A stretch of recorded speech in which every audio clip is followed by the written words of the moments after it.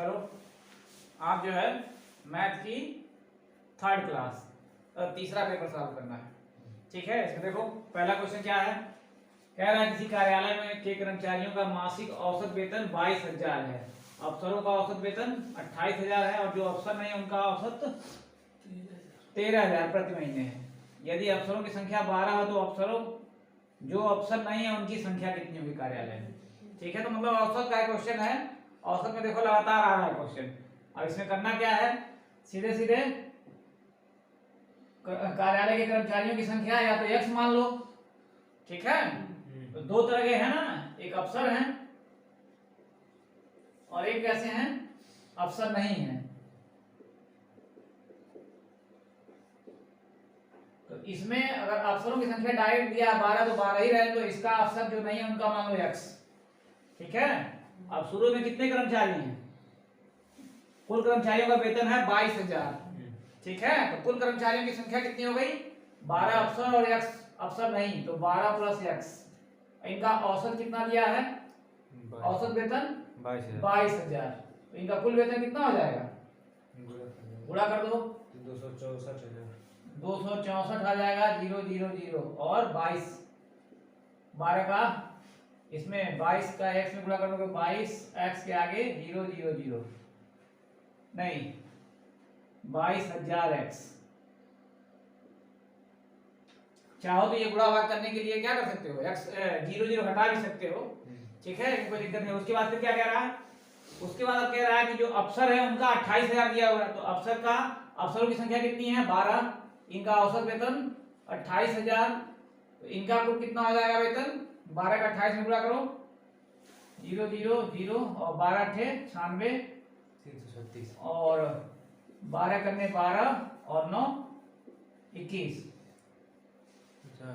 ठीक है, 2 लाख 12 24 9 33 12 24 और 9 हाँ ठीक है 33, ये गुणा सही कहा 336 हो गया। अब जो अफसर नहीं है उनकी संख्या कितनी है, x माना गया है और उनका औसत मासिक वेतन कितना है 13,000 रुपए, 13,000। अब इनका कुल कितना वेतन हो जाएगा, तो 13,000 x। ठीक है, ये एक बेसिक सा टाइप का क्वेश्चन है। ठीक है, तो कर लो। अब इसमें इन दोनों को जोड़ दो, ये दोनों का कितना हो जाएगा, जो अफसर है उनका वेतन है 33, 6 के आगे 3 0 और प्लस जो अफसर है उनका 13,000 x। ये तुम्हारे अनुसार निकालने के अनुसार आया और ये यहाँ भी क्वेश्चन में इतना दिया हुआ है, बराबर कितना हो जाएगा 264 0 0 0 और प्लस 22,000 x। अब x x के ऊपर ये सॉल्व कर लो, 22,000 इसमें इधर लाओगे कितना हो जाएगा 13,000 में से घटाओगे तो 9,000, हालांकि माइनस में आएगा लेकिन वो कट जाएगा, फिर इधर ये हो जाएगा कितना हो जाएगा 72,000। ठीक है, ये भी माइनस में हो जाएगा, माइनस माइनस काट दो, x बराबर कितना हो गया 9 8 72, ये 0 0 सब कट जाएगा। ठीक है, x बराबर कितना आ जाएगा 8। ठीक है, ये हो जाएगा, आया समझ में। सीधे सीधे क्या करना है, अफसरों की संख्या डायरेक्ट दे दिया है, अफसर जो नहीं है उनकी मान लो x। ठीक है, अब औसत निकालना है तो क्या होता है, औसत से कुल योग निकालना है, तो औसत में कुल संख्या का गुणा कर दो, तो 12 अफसर और प्लस x कुल गुणा करने पे कितना आ गया तुम्हारा। अब अलग दिया है, अलग अलग 12 अफसरों का औसत वेतन दिया 28,000 और x जो अफसर नहीं उनका वेतन 13,000, औसत है ये। पूरी संख्या निकालेंगे और इन दोनों को जोड़ेंगे, यही दोनों यहाँ पे जोड़ के रखा गया है, यहाँ से x का मान निकाल देंगे 8 आ जाएगा। ठीक है, अगला देखो, कह रहा है किसी वस्तु को 1675 रुपए में बेचने पर अर्जित होने वाला लाभ 1025 में बेचने पर हुए हानि के समान है। मतलब जितना 1675 में बेच रहा उतना ही 1025 में बेचने पे उतनी हानि है, दोनों सेम सेम है। इस टाइप के क्वेश्चन में क्या किया जाता है, निकालना इसको।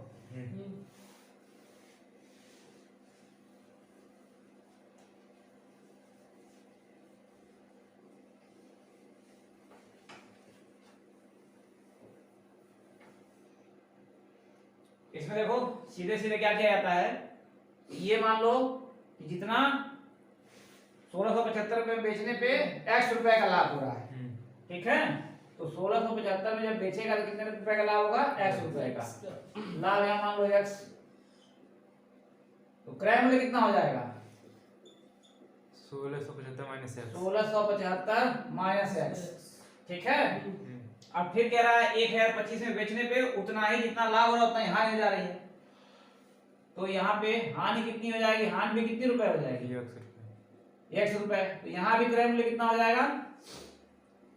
1025 प्लस 1025 प्लस एक्स और प्लस x। आ रहा समझ में? कोई सामान है 10 रुपए में अगर बेच रहे हो, 3 रुपए का लाभ हो रहा है, तो कितने का मिला?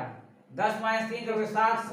और कोई सामान अगर 7 रुपए में बेच रहे हो, 3 रुपए की हानि हुई, तो 7 और 3 10 हो जाएगा ना। अब दोनों क्रय मूल्य, ये भी क्रय मूल्य, ये भी क्रय मूल्य, दोनों बराबर कर दो। 1675 माइनस x बराबर हो जाएगा तुम्हारा 1025 प्लस x। ये x कर दो, इधर इसको उधर ले जाओ, 2x हो जाएगा बराबर, ये दोनों जोड़ दो, 5 5 घटेगा ना यहाँ पे, हाँ घट जाएगा, ठीक है। x को लाभ माने हैं हम लोग ना, तो यहाँ पे 5 में से 5 घटाओ 0, और 7 में से 2 जाएगा 5, और यहाँ पे 650 हो गया, तो x बराबर कितना हो जाएगा? 325। ये तुम्हारा x क्या माने थे? लाभ या हानि? इसमें से निकाल दोगे तो कितना हो जाएगा? 1675 में से 325 निकालो, कितना होगा? 0 5 और यहाँ पे 3 1350, ठीक है। 1350 में क्या हो गया? उसका क्रय मूल्य हो गया। इसमें भी रखोगे तब भी आएगा। यहाँ पे 1025 में 325 रखोगे तभी 1350 आ जाएगा। इस तरह का एक शॉर्टकट भी है, जब देता है कि उतना ही लाभ हो उतना ही हानि हो, ठीक है, तो उसको क्या किया जाता है? दोनों को जोड़ के आधा कर दो, ठीक है। 1675 और प्लस ये कर दो 1025, ठीक है। 5 5 10, 7 2 1 10, और ये 7 2 2700 हो गया। 2700 में 2 से भाग कर दो, आधा करने पे कितना हो जाएगा? 1350 आ जाएगा। जब भी कहे कि इतने रुपए में बेचने में जितने का लाभ हो रहा है, इतने रुपए बेचने में उतने की हानि हो रही है, तो दोनों जोड़ के आधा कर दोगे तो भी तुम्हारा आ जाएगा। वही है यहाँ भी, ठीक है। चलो अगला देखो।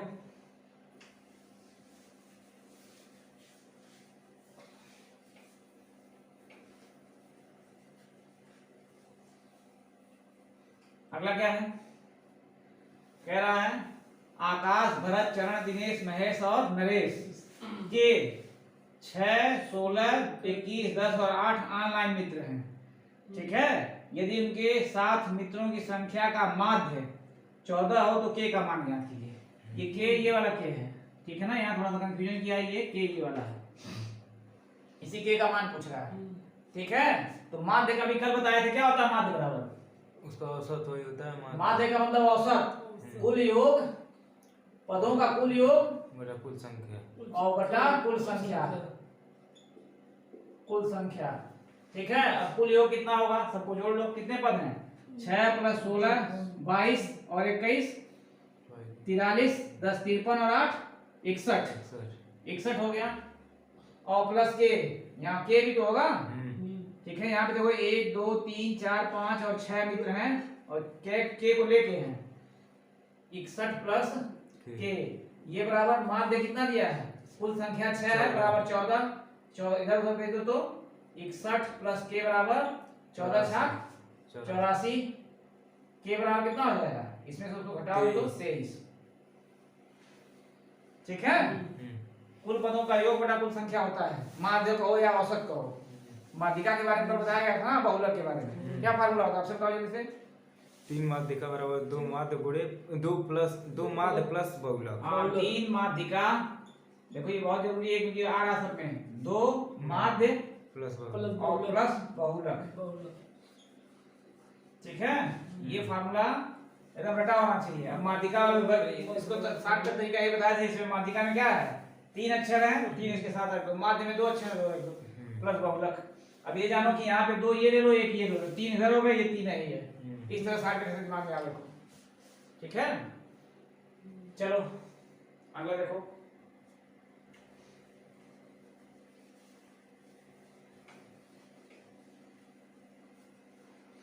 अगला क्या कह रहा है? देखो यहाँ पे चार्ट दिया हुआ है, पाई चार्ट है। यहाँ पे 3 तरह के छात्र हैं इसमें, अभियांत्रिकी के, प्रबंधन के और कला के। ठीक है, कुल संख्या कितना दिया है? 8000। ठीक है, अब उसका अलग अलग परसेंटेज दिया हुआ है। अब इस पे क्वेश्चन हट गया क्या? ऊपर वाला वही है ये अच्छा ये ठीक है। कह रहा है कि यदि कला निकाय में लड़कियों की संख्या 1800 हो तो कला शाखा में लड़कों की संख्या क्या होगी, का अनुपात क्या होगा लड़कियों से। ठीक है, तो पहले तो देख लो कला निकाय में कितने टोटल छात्र हो रहे हैं, तो 45% टोटल छात्र है ना। अब 8000 का 45% निकाल लो, छात्रों की संख्या पता चल जाएगी। 8000 गुणे 45/100, ये दोनों जीरो काट दो, यहाँ पे 0, 8 × 40 और 8 × 32, 4 36। टोटल संख्या लड़कों की कितने, कुल छात्रों की संख्या कितनी हो जाएगी? 3600। अब इसमें क्या है, 1800 लड़कियां हैं तो 1800 लड़के भी हुए। लड़कियों की संख्या कितनी है गर्ल्स की? 1800। अब टोटल 3600 छात्र हैं तो बॉयज की भी संख्या कितनी हो जाएगी? 1800। अनुपात पूछा है, बॉयज अनुपात है गर्ल का, तो 1800 अनुपात 1800 कितना हो जाएगा? 1:1। ठीक है, ये हो जाएगा। अब देखो एक ये है कि इसी पे अभी 2 क्वेश्चन आगे भी मिलेगा, 3 क्वेश्चन एकदम सेट कर रहा है इस पे। ठीक है ना, तो ये ध्यान रखना चार्ट। अगला है, एक कक्षा में लड़कियों और लड़कों का अनुपात 9:11 है। यदि कक्षा में 45 लड़कियां हैं तो लड़कों की संख्या ज्ञात कीजिए। तो सीधे सीधे उसको बांट देना है, कितना हो जाएगा? 9 डायरेक्ट दिया ना लड़कियों और लड़कों का, तो लड़कियों का अनुपात कितना है? 9 और लड़कों का 11, तो 9 अनुपात बराबर डायरेक्ट तुम्हारा दे दिया 45, तो 11 अनुपात बराबर क्या होगा? तो 9 अनुपात बराबर किया 45, तो 1 अनुपात बराबर क्या हो गया? 5। 11 बचे 55। देख लो यहीं पे सीधे सीधे क्या लिखोगे? 9 अनुपात बराबर 45, तो 11 अनुपात बराबर क्या होगा? 11 गुणे 45 और बटा 9, 9 × 5 = 45, 11 × 5 = 55। ठीक है, वहीं से राइट हो जाएगा। अगला देखो, कह रहा है कोई राशि 2 वर्षों में 9 गुनी होने के लिए चक्रवृद्धि ब्याज की दर कितनी प्रतिशत होनी चाहिए। कोई राशि 2 वर्षों में 9 गुना होना है। चलो चक्रवृद्धि ब्याज का क्वेश्चन ये,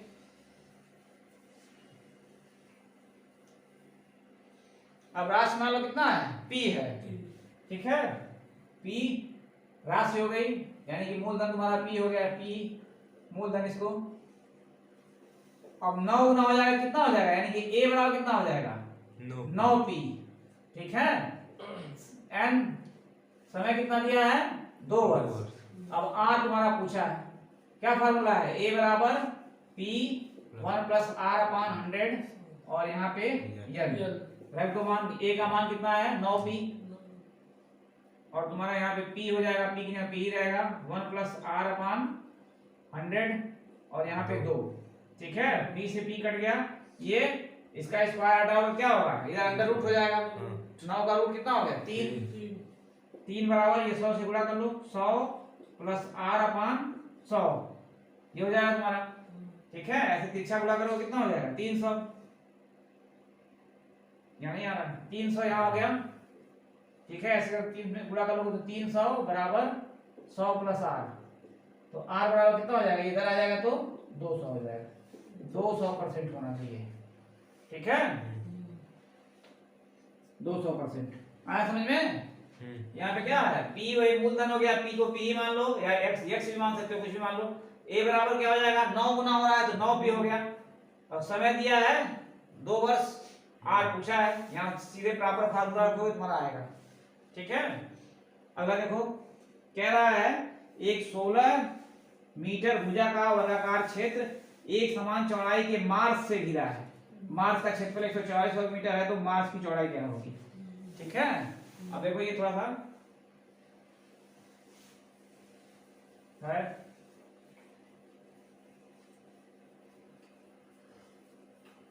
इस तरह के क्वेश्चन में, मेंसुरेशन के क्वेश्चन में क्या है? सबसे जरूरी होता है फिगर बनाना। फिगर बना दो, क्वेश्चन अपने आप सॉल्व हो जाएगा। कितना कहा है? 16 सेंटीमीटर भुजा वाला वर्ग है, तो 16 हो गया। सब भुजाएं क्या हो जाएंगी? ये भी 16, ये भी 16, लंबाई चौड़ाई सब 16 हो गया। अब ये क्या है? एक मार्स मतलब के से घिरा हुआ है, इसका मतलब ये अंदर है। मार्स का मतलब क्या होता है? रास्ता से घिरा है, साइड से। ठीक है, ऐसे घिरा हुआ है, इससे घिरा हुआ है। अब देखो इसका क्षेत्रफल कितना दिया है 144 वर्ग मीटर, ठीक है। किसका दिया है? इस रास्ते का। हाँ। और इसकी भुजा दिया 16। अभी पढ़े थे पीछे क्वेश्चन आया था कि रास्ते सहित, तब ये भी वर्ग बन जा रहा है। रास्ते सहित वर्ग का क्षेत्रफल और केवल वर्ग का क्षेत्रफल निकालोगे तो क्या होगा? रास्ते का क्षेत्रफल निकल जाता है। तो यहाँ पे केवल रास्ते का दे दिया है। अब ये बताओ इसका क्षेत्रफल कितना होगा? 256। इसका टोटल इस अंदर वाले आयत का हो जाएगा 16 का वर्ग कर दो, भुजा स्क्वायर होता है ना, 16 का वर्ग 256 और प्लस क्या हो जाएगा? रास्ते का क्षेत्रफल इसमें जोड़ दो, कितना हो जाएगा? 144। कितना होगा? 400। 400 क्या हुआ? इसका इस बाहर वाले वर्ग का क्षेत्रफल हो गया। तो अब इसकी भुजा कितनी हुई? 400 का वर्गमूल कर दो, 20। भुजा स्क्वायर बराबर तुम्हारा, यानी कि भुजा स्क्वायर बराबर कितना हो गया? 400। तो भुजा बराबर 20 √400, ये 20 हो जाएगा। तो 20 अब यहाँ से लेकर यहाँ तक, तो जितना इधर होगा उतना इधर भी तो होगा। यहाँ से यहाँ तक 16 है, यानी कि 2 मीटर इधर चौड़ा होगा, 2 मीटर इधर चौड़ा होगा। हाँ। आ रहा समझ में? हाँ। तो रास्ते का चौड़ाई कितना हो जाएगा? 2 मीटर। 2 मीटर। फिर से एक बार जल्दी से देख लो क्या है। ये कह रहा है कि 16 मीटर भुजा वाला एक वर्गाकार क्षेत्र है, वो क्या है? बाहर से मार्ग से मतलब रास्ते से घिरा हुआ है और रास्ते का क्षेत्रफल दे दिया है। रास्ते का क्षेत्रफल ऐसे कैसे निकाला जाता है? रास्ते सहित वर्ग का क्षेत्रफल माइनस केवल वर्ग का क्षेत्रफल। तो इसमें रास्ते का क्षेत्रफल इसने ऑलरेडी दे दिया है। तो तुम्हारा ये अंदर का 256 और बाहर 144 वाला रास्ते का, दोनों जोड़ दोगे तो 400 वर्ग मीटर हो गया, ठीक है। अब 400 वर्ग मीटर ये बड़ी वाली आयत का क्षेत्रफल हो गया, पूरे का, आयत नहीं वर्ग का।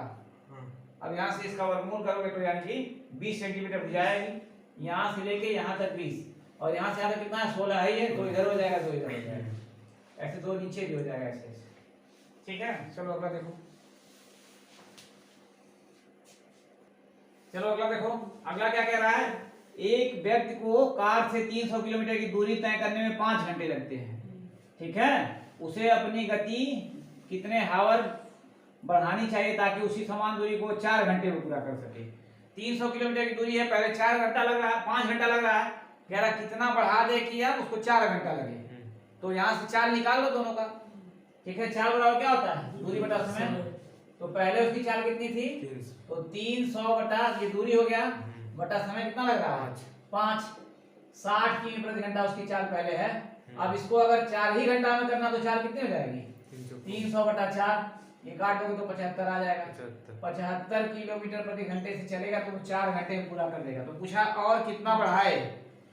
पहले 60 था, अब 75, तो कितना बढ़ाना पड़ेगा? 15 किलोमीटर बढ़ाना पड़ेगा। 15 तुम्हारा ये हो गया। चलो अगला देखो, कह रहा है कि पहले 15 प्राकृतिक संख्याओं का औसत कितना होगा? तो प्राकृतिक संख्याओं का औसत का फार्मूला क्या होता है?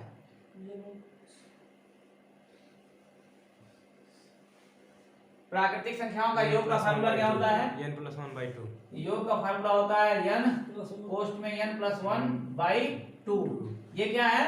प्राकृतिक संख्याओं के योग का फार्मूला है। प्राकृतिक संख्या के योग का फार्मूला है। अब औसत निकालना है तो औसत क्या होता है? n है, n संख्याएं है ना, तो कुल संख्याओं से भाग दे दिया जाता है। इसमें अगर n से भाग दे दोगे तो क्या हो जाएगा? n से n कट जाएगा, यानी कि n + 1/2। n क्या है? प्राकृतिक संख्याएं हैं, ठीक है। प्रथम प्राकृतिक संख्या है, तो n कितना दिया है? 15 दिया है। तो 15 × 16 बटा 2, 2 से 8 बार, ठीक है। अब ये फार्मूला सब पता है नहीं पता है? वर्गों का, घनों का, सम का, विषम का, है ना। चलो जैसे आएगा क्वेश्चन और आगे आएगा तो उसमें बता भी देंगे। चलो अगला देखो, ये कह रहा है कि 100 मीटर लंबी ट्रेन 60 किलोमीटर प्रति घंटे की गति से चल रही है। इसके समानांतर पथ पर एक खड़ी 150 मीटर लंबी ट्रेन दूसरी ट्रेन को पार करने में कितना समय लेगी? तो ट्रेन जब क्या करती है, देखो कोई भी ट्रेन जब किसी खंभे को पार करे, खंभा, या किसी व्यक्ति को पार करे, या किसी पोल को पार करे, इस टाइप का मतलब जिसकी चौड़ाई नगण्य होती है, लगभग नगण्य होगी ना, ट्रेन के सापेक्ष माना जाएगा, तो उसको कितनी दूरी चलनी पड़ेगी? जो उसकी अपनी खुद की लंबाई है उतनी चलनी पड़ेगी। लेकिन अगर यही ट्रेन किसी पुल को पार करे या किसी दूसरी ट्रेन को पार करे या किसी प्लेटफॉर्म को पार करे तो उसको कितनी दूरी चलनी पड़ेगी? खुद की प्लस खुद अपनी ट्रेन की लंबाई और प्लस जिसकी चल रही है। पुल रहेगा तो पुल, या दूसरी ट्रेन रहेगी तो दूसरी ट्रेन की, या फिर कोई प्लेटफॉर्म रहेगा तो प्लेटफॉर्म। ठीक है, इतनी चलनी पड़ती है उसको, इतनी दूरी चलनी पड़ती है। अब इसमें पूछा क्या है, पार करने में कितना सेकंड लगेगा, समय मतलब कितना लगेगा। तो समय बराबर क्या होता है? दूरी बटे 4। दूरी। अब दूरी दो ट्रेनें हो गई ना, 100 मीटर अपने खुद है और दूसरी 150 मीटर को पार करेगी, तो कुल कितनी दूरी चलना पड़ेगा? 250 अपनी और प्लस दूसरी ट्रेन की दूरी 100 प्लस 150 यानी कि 250 अपान चाल 60 किलोमीटर प्रति घंटा है। अब देखो यही चीज थोड़ा सा सिस्टम में करना पड़ता है। ये किसमें है? मीटर में। तो चाल को भी किसमें बदलना पड़ेगा? मीटर प्रति सेकंड में। मीटर प्रति सेकंड में बदलने के लिए क्या किया था? 5/18 से गुणा करो, 18 प्रति कहां चला जाएगा? ऊपर। यहाँ काट के निकाल दो, 0 0 कट गया, 6 त्रिक और 5 25 कितना हो जाएगा? 15 सेकंड। ठीक है, 15 सेकंड। अगला देखो, दो संख्याएं 2 संबंधित 3 के अनुपात में हैं, उनके महत्तम समापवर्तक और लघुत्तम समापवर्तक का गुणनफल 150 है। संख्याओं का योग क्या होगा? ठीक है,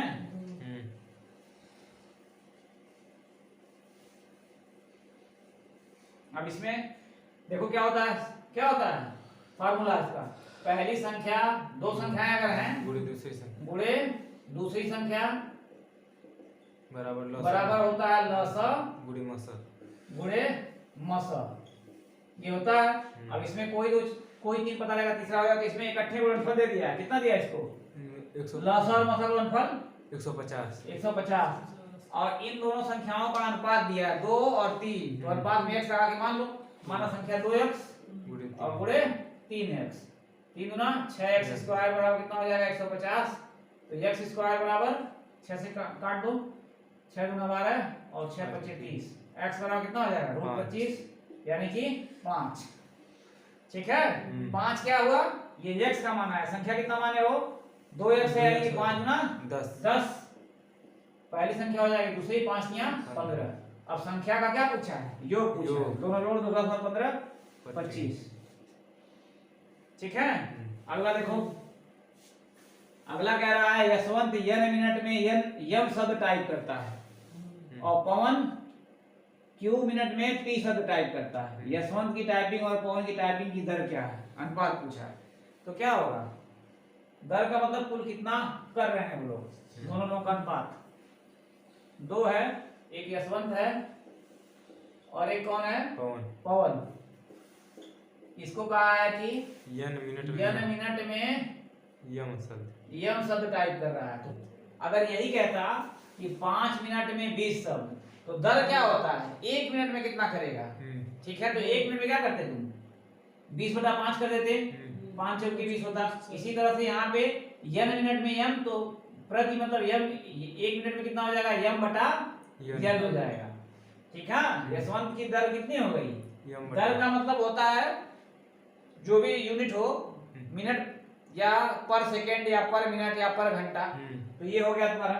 इसी तरह पवन कितना कर रहा है? q मिनट में p शब्द, तो 1 मिनट में कितना करेगा? p बटा टोटल q। ठीक है, अब दोनों का क्या पूछा है? दोनों का दर पूछा है। तो दर यहाँ निकालोगे, यानी इसका मतलब क्या हो जाएगा? यशवंत अपान पवन, ये बराबर क्या हो जाएगा? यशवंत का कितना है? यम अपान यन है अपान p अपान q। ठीक है, ये उल्टा हो जाएगा, ऐसे पलट जाएगा। कहाँ जाएगा? q यम के पास, यम q अपान p यन, या यन p जो भी कर लो, कैसे आपसे मिल गया? यम q अपान pn। ठीक है, ये हो जाएगा। देखो कई लोग गलती से ये कर देंगे यन यम इस तरह कर देंगे और पी क्यू कर देंगे, और दोनों का डायरेक्ट अनुपात निकालेंगे। दर पूछा है, इन दोनों के टाइपिंग का दर पूछा है। ठीक है, चलो आगे देखो, आगे क्या है?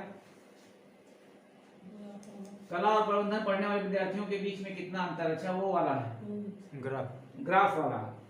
तो ग्राफ यही है इसमें पूछा है कला और प्रबंधन पढ़ने वाले विद्यार्थियों के बीच का अंतर कितना है। तो ग्राफ देखो यहाँ पे कितना है, कला में कितना 45% और प्रबंधन में 24%। और कुल टोटल छात्र कितने हैं 8000। तो दोनों के बीच में परसेंटेज में कितना अंतर हुआ, 45 में 24 घटा दो, ठीक है, तो कितना होगा 21। तो 100% बराबर 8000 है, तो 21% बराबर सीधे निकल जाएगा। कितना होगा, यहां से निकालेंगे 100% बराबर तो टोटल 8000 दिया है ना कुल छात्र संख्या।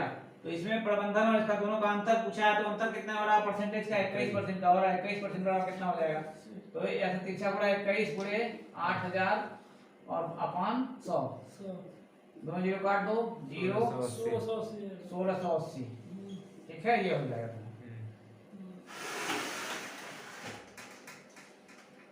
ये हो गया। अगला 705 मीटर और 25 मिलीमीटर का अनुपात पूछा है। ये सिंपल सा क्वेश्चन, मीटर और मिलीमीटर का अनुपात।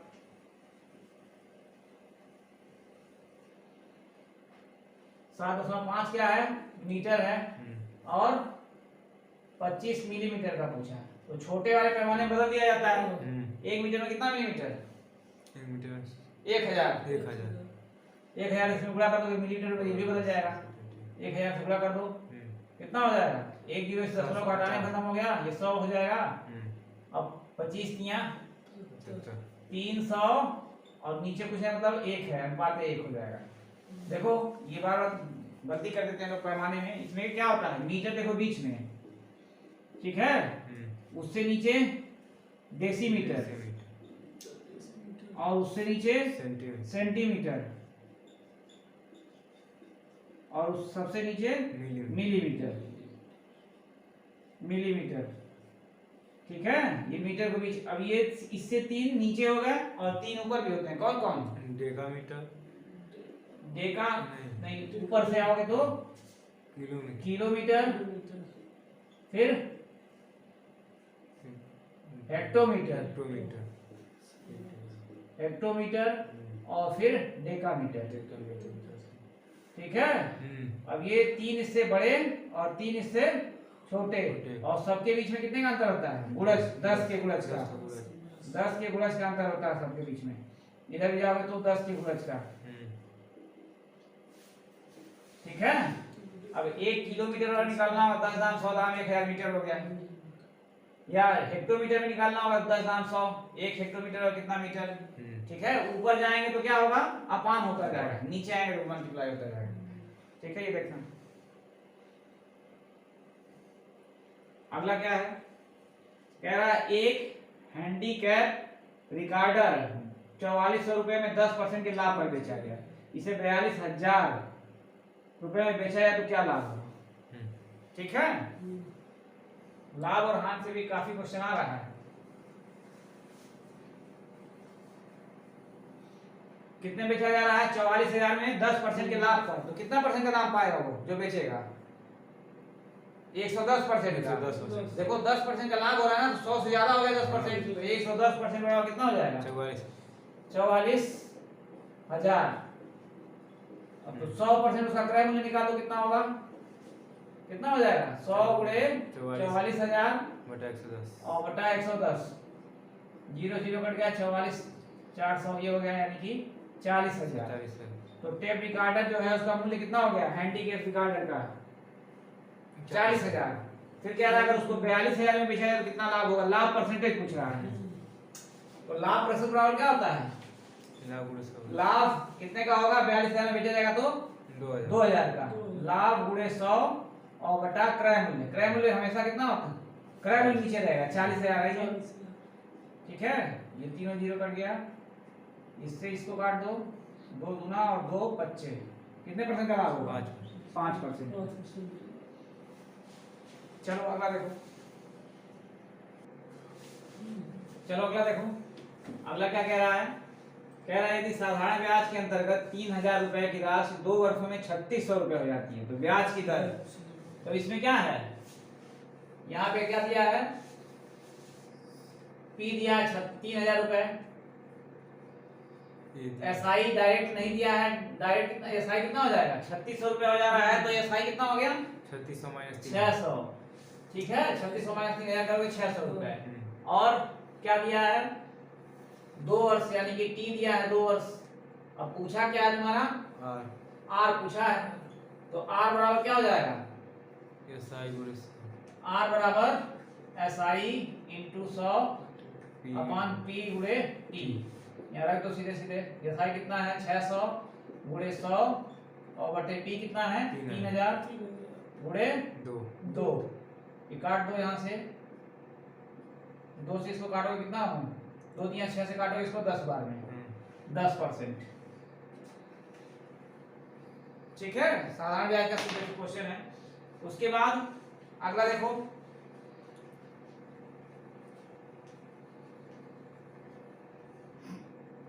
अगला है 3830 5830 भागा 364 गुणे 224 अंडर रूट 224 का मान पूछा है।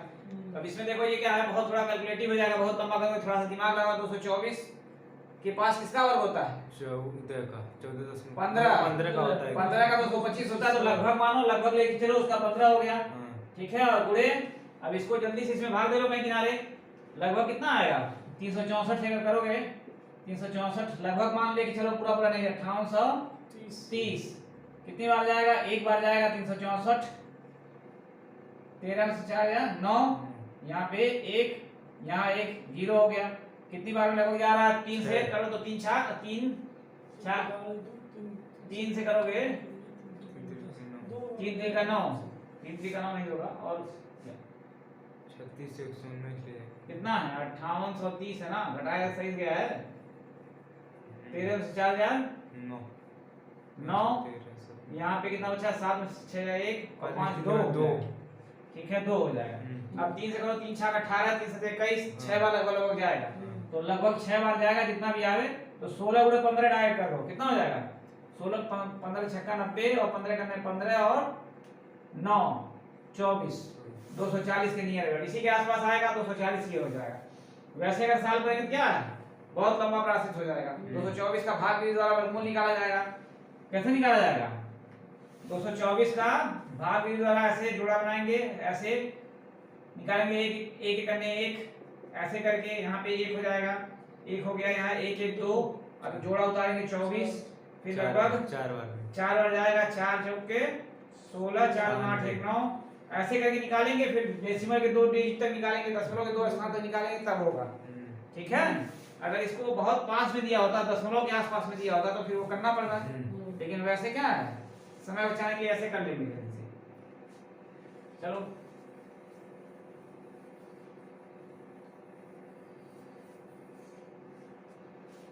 अगला देखो, अगला कह रहा है पाइप एक टैंक को 5 घंटे में पूरी तरह से भर सकता है। हालांकि टैंक में छिद्र होने के कारण टैंक को भरने में 3 घंटे, थोड़ा क्वेश्चन कट गया है, क्वेश्चन है मेरे पास यहाँ पे 3 घंटे और लगते, तो पाइप ए को बंद होने पर छिद्र द्वारा पूरे टंकी को खाली करने में कितना समय लगेगा। ठीक है छिद्र की वजह से है, तो जब केवल पाइप ए चल रहा है तो टंकी कितने समय भर रही है 5 घंटे में, लेकिन छिद्र की वजह से 3 घंटा और लग रहा है इसको करने में, यानी कि 8 घंटा। अब क्या किया था उसमें सीधे सीधे एक पाइप भर रहा है दूसरा खाली कर रहा है, तो क्या किया जाएगा 1/5 माइनस जो खाली करता है माइनस 1/8 कर दिया जाएगा। ठीक है यही किया जाता है। 40 हो गया 5 8 और 8 25 कितना हो जाएगा 3/40 उलट दो 40/3 क्या आया 40/3 ये 40/3 ये आया कि केवल छिद्र जो है खाली यहाँ पे क्या है नल ए द्वारा भरा जा रहा है और यहाँ पे दोनों है, मतलब ए भी चल रहा है प्लस छिद्र को अगर बी मान लिया जाए ये दोनों चल रहे हैं तो 1/8 समय में उसको भर रही है टंकी। तो दोनों इसमें ए वाले में क्या करेंगे दोनों में से इसको घटाओ या इसको माइनस में आएगा ये इधर करोगे तो दोनों वाले में से ए को घटाओगे तो केवल ये मालूम हो जाएगा छेद कितने समय में उसको खाली करेगा। ठीक है इसको आगे रखोगे तो ये माइनस में आ जाएगा, वही माइनस में आएगा मतलब खाली करना होगा। तो 13 तिया 39 13 से 1/3 अब इसको मिनट में बदल दो 60 से गुणा करके 20 हो जाएगा 13 घंटे और 20 मिनट। यहाँ पे आएगा इसका 13 घंटे 20 मिनट। ठीक है, ये हो जाएगा। अगला है काम समय चाल से है।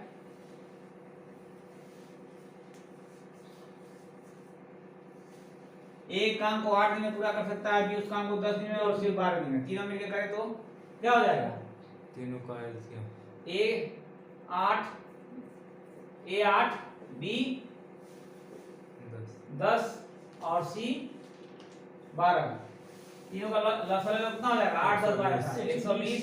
यानी कि A B C तीनों को मिलकर 120 भाग काम करना है। A एक दिन में कितना करेगा? 8 से करेंगे तो 15 भाग काम करेगा। B 12 भाग और C 10 भाग। तीनों मिलके 12 15 27 10 37 भाग।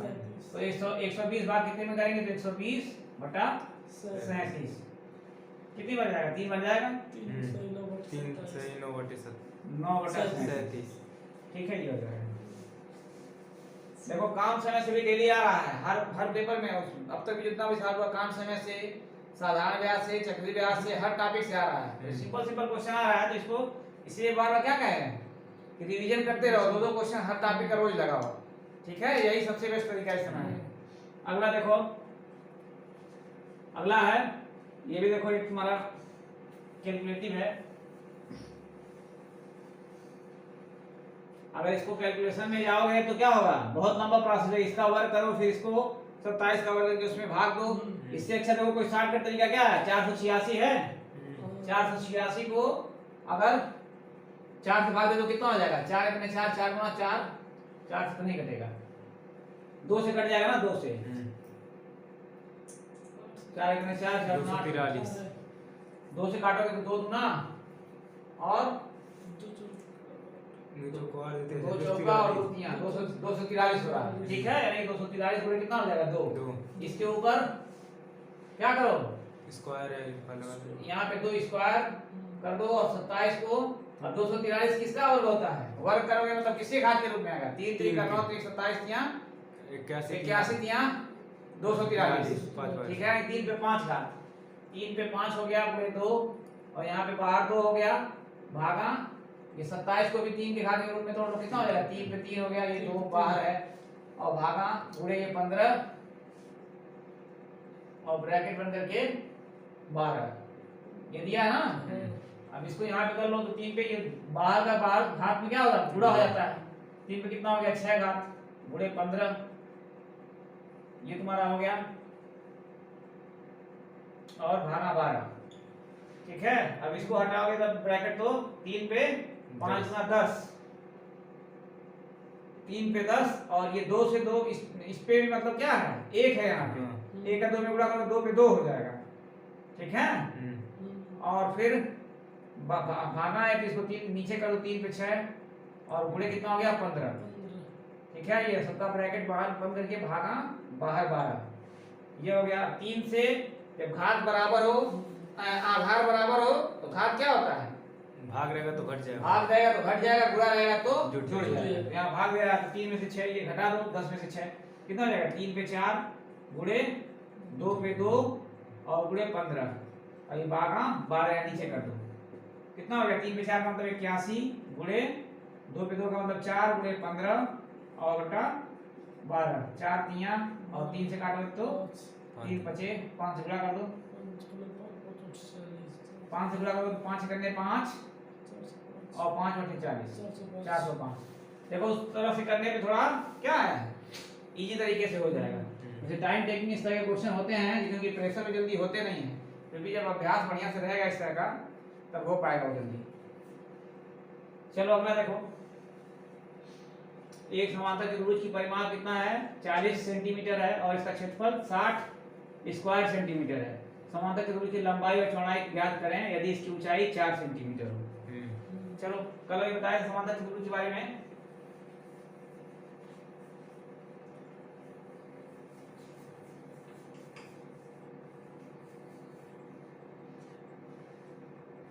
समांतर चतुर्भुज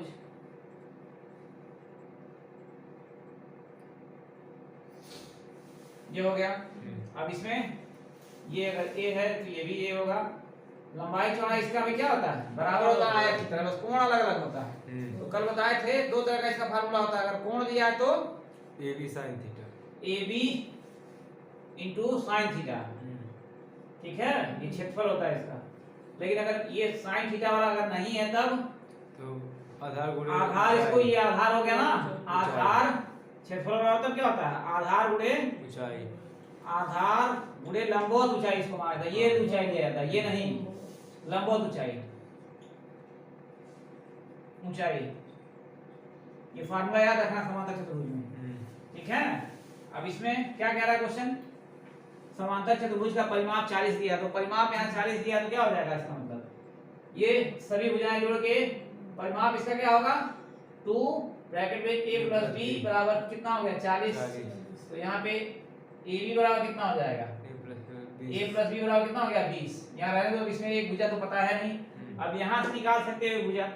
यहाँ देखो क्या है, क्षेत्रफल दिया 60 और ऊंचाई दिया 4, यहाँ पे रख दो, क्षेत्रफल यहाँ 60 और ऊंचाई यहाँ, ये आधार को यहाँ जाने दो, बेस को b लिख दो और गुणे यहाँ पे कितना हो जाएगा 5, ये 6 मत समझना, ये कोई दूसरा मान मान लो 4 है, ऊंचाई लंबवत ऊंचाई 4 दिया है, 4 है, ये 4 कर दो और इसको कोई x मान लो, आधार मान लो x है, ठीक है। यहाँ तो x बराबर कितना हो जाएगा 15, ठीक है, ये 15 हो गया ना।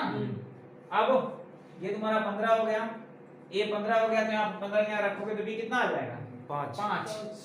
तो वही पूछा है, वो क्या पूछा है, लंबाई और चौड़ाई पूछा है, तो 15 और 5 आया समझ में। फिर से एक बार जल्दी देखो क्या करना है इसमें, ये क्षेत्रफल दिया हुआ है 60 और क्या दिया है, लंबवत ऊंचाई 4 दिया, तो यहाँ से आधार पता चल जाएगा हमको 15 सेंटीमीटर, और परिमाप के माध्यम से निकाल लेंगे a प्लस b बराबर 20 आया है, तो उसका मान रख देंगे तो आंसर हो जाएगा, ठीक है। अगला देखो, किसी संख्या का 40% उसी संख्या से घटाया जाता है तो 108 प्राप्त होता है, तो क्या हो जाएगा, वह संख्या क्या होगी,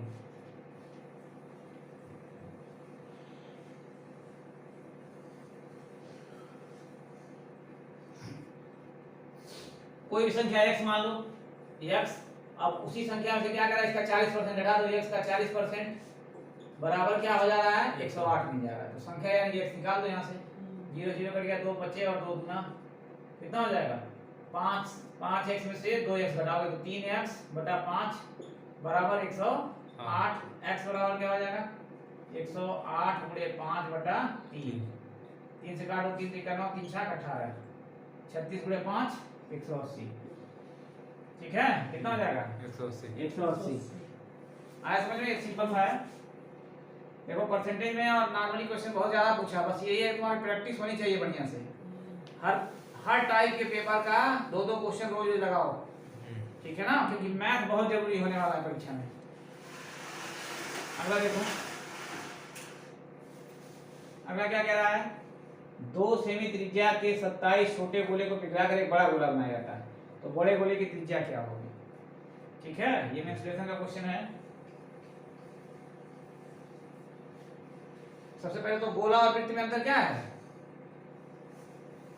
गोला बॉल की तरह होता है और वृत्त 2D की तरह होता है। तो ऐसे बताओगे, गोला क्या है 3 डायमेंशनल, मतलब त्रिविमी है, त्रिविमी का मतलब 3 जिसमें विमा है, लंबाई चौड़ाई ऊंचाई हो, और वृत्त 2 विमी है, 2 विमी है, ठीक है, जिसमें लंबाई और चौड़ाई होती है। अब यहाँ पे तो ये क्या कह रहा है कि ऐसे छोटे छोटे कितने गोले हैं, इसकी त्रिज्या कितनी है 2 सेंटीमीटर, r बराबर 2 सेंटीमीटर, ऐसे 27 गोले कुल हैं और सबको पिघला के क्या किया जा रहा है, एक बड़ा गोला बनाया जा रहा है, तो इसकी त्रिज्या पूछ रहा क्या होगा। तो इसमें देखो 2 चीजें हैं, 2 विमी और त्रिविमी में क्या अंतर होता है, 2 विमी जो आकृतियां होती हैं उसको अगर क्या करोगे, चेंज करके किसी दूसरी आकृति में बदलोगे, जैसे मान लो वर्ग है, ऐसे वर्ग है, इसको चेंज करके हमको क्या बना देना है, आयत बना देनी है, तो इस आकृति और इस आकृति में क्या बराबर होगा, दोनों का परिमाप बराबर होगा, ठीक है, इन दोनों का क्या बराबर होता है, परिमाप, क्योंकि इसी को मान लो ऐसे तार है, इसको मोड़ के ऐसे वर्ग बना दिए, उसी तार को मोड़ के आयत बना दिए, तो तार की लंबाई तो घटेगी बढ़ेगी नहीं, तो जब 2 विमी आकृतियां होती हैं तो एक आकृति से दूसरी आकृति में बदला जाता है तो परिमाप बराबर होता है। लेकिन 3 विमी आकृति में क्या होता है, इस एक आकृति को अगर पिघला के दूसरी आकृति में तो उसका आयतन बराबर होता है, क्योंकि उसको पिघलाया जाएगा। ये तार के शेप का होगा, ऐसे मोड़ मार के बनाओगे, और उसको दूसरी आकृति में बदलना, क्या करना पड़ेगा, उसको पिघला के फिर दूसरा बनाना पड़ेगा। गोला है, इसको बेलन में बनाओ, फिर या फिर शंकु बनाओ, तो इन सबों का क्या होगा, इसका आयतन बराबर होगा। तो इन सबों का सबका मिला के जो 27 है, क्या होगा, इसके आयतन के बराबर होगा। तो इन सबों का आयतन देख लो कितना होगा, तो गोले का आयतन 4/3 पाई r क्यूब, तो रख दो कितना हो जाएगा, 4/3 पाई का रहने दो, r के यहाँ 2 गुणे 2, ये हो गया ना। और ये एक गोले का होगा, इसी तरह कितने गोले हैं, 27, तो गुणा कर दो। अब यही क्या होगा, इस बड़े वाले गोले के बराबर हो जाएगा। तो इस बड़े गोले की त्रिज्या r मान लो 4/3 पाई, यहाँ भी r माने हो तो r1 r2 कर लो, r2 का क्यूब। अब यहाँ से निकालो 4/3 से 4/3 कैंसिल हो गया, पाई से पाई कैंसिल हो गया, r पे 3 है ना, तो इसका इधर वाली संख्या क्या हो जाएगा, घनमूल हो जाएगा। r2 पे r2 और r क्या हो जाएगा, यहाँ पे 9 पे 3, 2 गुणे 2 गुणे 2 गुणे 27, 27 को 3 गुणे 3 गुणे 3, यानी कि इसमें से 2 बाहर आ जाएगा और इसमें से 3 बाहर आ जाएगा। कितना हो जाएगा, 6 सेंटीमीटर। ठीक है। अगला है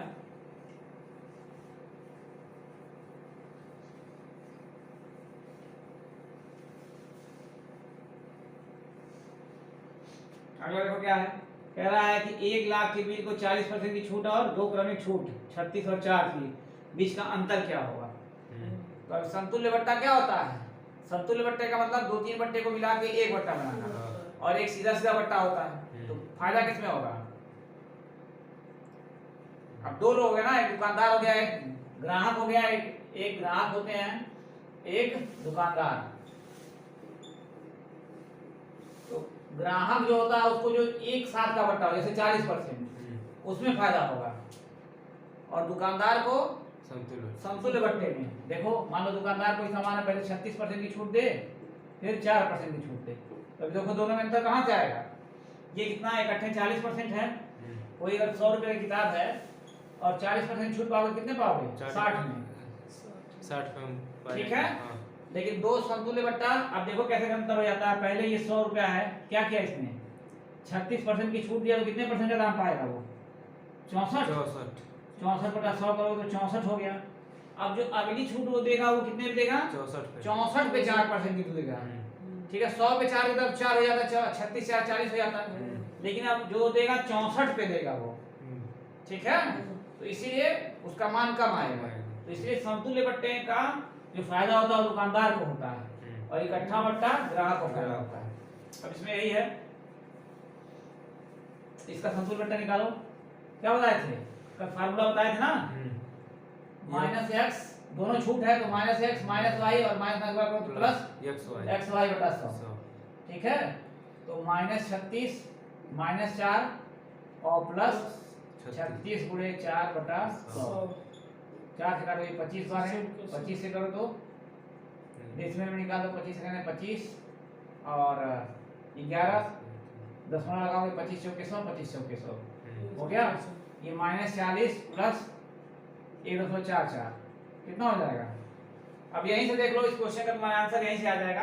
ये 40% की इकट्ठी छूट है, और जब समतुल्य बट्टा निकालोगे तो इतना घट जाएगा उसमें से, 1/44। तो 1 लाख का कितना हो जाएगा, गुणा करोगे तो 2 जीरो कट जाएगा, 144 के आगे 1440 हो जाएगा। आ रहा समझ में। अब इसको काट के छोटा भी कर दो सकते हो, इसको घटाओगे कितना होगा, 39, यानी कि 38.56। ठीक है। अब 1 लाख का एक बार कितना निकालो, 40% निकालो, 60,000 आएगा, और 1 लाख का ये 38.56 निकाल दोगे, जितना बचेगा वो हो जाएगा। तो ये तुम्हारा वही 1440 रुपए का अंतर आएगा। ठीक है, वही पूछना है कि कितने की क्या होगा अंतर आएगा, 1440 का आएगा। ये अंतर देखो यहीं से दिख रहा है तुमको। चलो एक क्वेश्चन और है उसी पे, वो चार्ट वाले पे वही पूछा है। चार्ट वाले में उसी तरह से कोई बहुत ज्यादा कठिन क्वेश्चन है नहीं। ये आज का हो गया। बस यही करना है तुमको, हर टाइप का क्या करना है, हर टाइप के क्वेश्चन का रोज 2-2 क्वेश्चन लगाना है, ताकि जो है ये हमारा तुम्हारे एकदम क्या आ जाएगा, प्रैक्टिस में आ जाएगा। और मैथ्स बार बार मैं कह रहा हूँ कि बहुत ज़्यादा काम का होने वाला है। ठीक है, चलो अगला नेक्स्ट कर। हिंदी का क्लास थोड़ा चल नहीं पा रहा है, एक दो दिन में फिर कल परसों में हिंदी बता देंगे।